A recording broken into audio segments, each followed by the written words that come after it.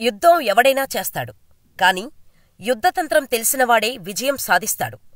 ఆ యుద్ధతంత్రం తెలిసిన నేత ఏపీ సీఎం వైఎస్ జగన్. ఈసారి జగన్ ఇచ్చిన స్ట్రోక్కి ప్రతిపక్షాలు విలవిలలాడిపోయాయి. సింగిల్ స్కీమ్తో మళ్లీ ఇక సీఎం అయినట్టే అని మాటిచ్చారంటే జగన్ తప్పరు. నేను విన్నాను, నేను ఉన్నాను అంటే సాయం చేసినట్టే లెక్క. మాటకు విలువ, చేతకు నిజాయితీ ఉన్న ఏకైక నేత వైఎస్ జగన్. ఈ మాట చెప్పేదెందుకంటే జగన్ మళ్లీ సీఎం అవుతారనడానికి కారణం పేదలకు ఇళ్ల పట్టాల పంపిణీ. ఈ కార్యక్రమం చాలు మళ్లీ వైఎస్ జగన్ గెలుస్తారు అనడానికి. ఎందుకంటే ఒకటి కాదు, రెండు కాదు, ఏకంగా 31,19,000 ఇళ్ల పట్టాలను AP CM YS Jaganmohan Reddy అందించారు. దేశంలోనే ఇంత పెద్ద పథకం ఒకేసారి అమలు చేయటం మొదట. అది కూడా సర్వహక్కులతో భూబదిలీ పత్రాలు. సోదరీమణుల పేరు మీద ఉచితంగా రిజిస్ట్రేషన్ చేయించి మరీ వారికి సర్వహక్కులు కల్పించారు జగన్.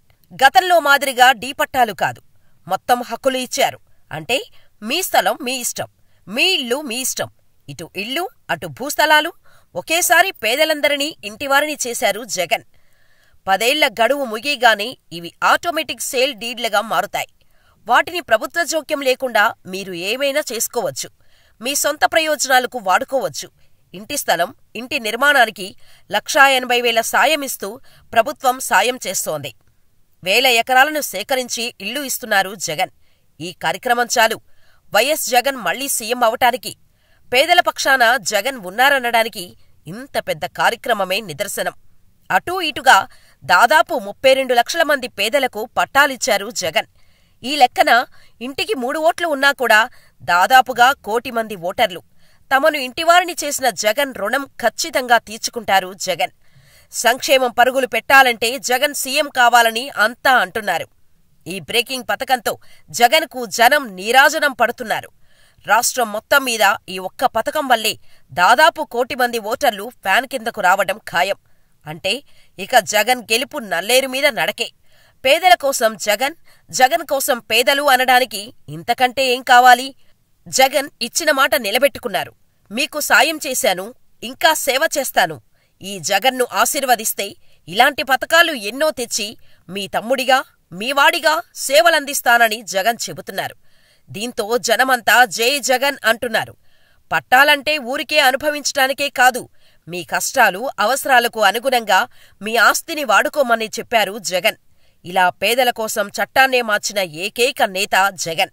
గతంలో చట్టం ఒప్పుకోదని కేవలం ప్రభుత్వం ఇచ్చే ఇళ్లు, భూములన్నీ కూడా అనుభవించటానికే అన్నట్టుగా ఉండేది.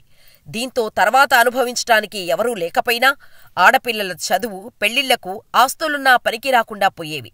అందుకే జగన్ వారి మనసును, కష్టాలను అర్థం చేసుకొని జగన్ వారి కోసం చట్టాన్నే మార్చారు. మరి ఇంత చేసినా 1 కోటి మంది జగన్ వెనుక నడవకుంటే ప్రతిపక్షంలో ఉన్నవారికి ఓటేస్తారా? గతంలో సీఎంగా పనిచేసినా సాయం చేయని బాబు ఏవో కూతలు కూస్తే నమ్మిపోతారా? కానే కాదు. జగన్ కోసం జనం, జనం కోసం జగన్. అదే ఈ అద్భుత లక్షల మందికి ఇచ్చిన ఇంటి పథకం. 1 కోటి మందికి పైగా ఒకేసారి చిరునవ్వులు చిందించే పథకం. ఈ ఒక్క స్కీముతో అపోజిషనుకు కుబుసాలు కదిలిపోయి షేక్ అవుతున్నారు. ఇక ప్రతిపక్షాలు చెప్పుకోవడానికి కూడా ఏమీ లేకుండా చేశారు జగన్. మాస్టర్ స్ట్రోక్కి అపోజిషన్కి హార్ట్ స్ట్రోక్ వచ్చినంత పనైంది. ఇదే కాదు, నోటిఫికేషన్ వచ్చే వరకు ఇలాంటి వరుస పంచులు ఇస్తూ ప్రతిపక్షాలను గేమ్లో లేకుండా చేసేలా జగన్ భారీ వ్యూహం అమలు చేయబోతున్నారు.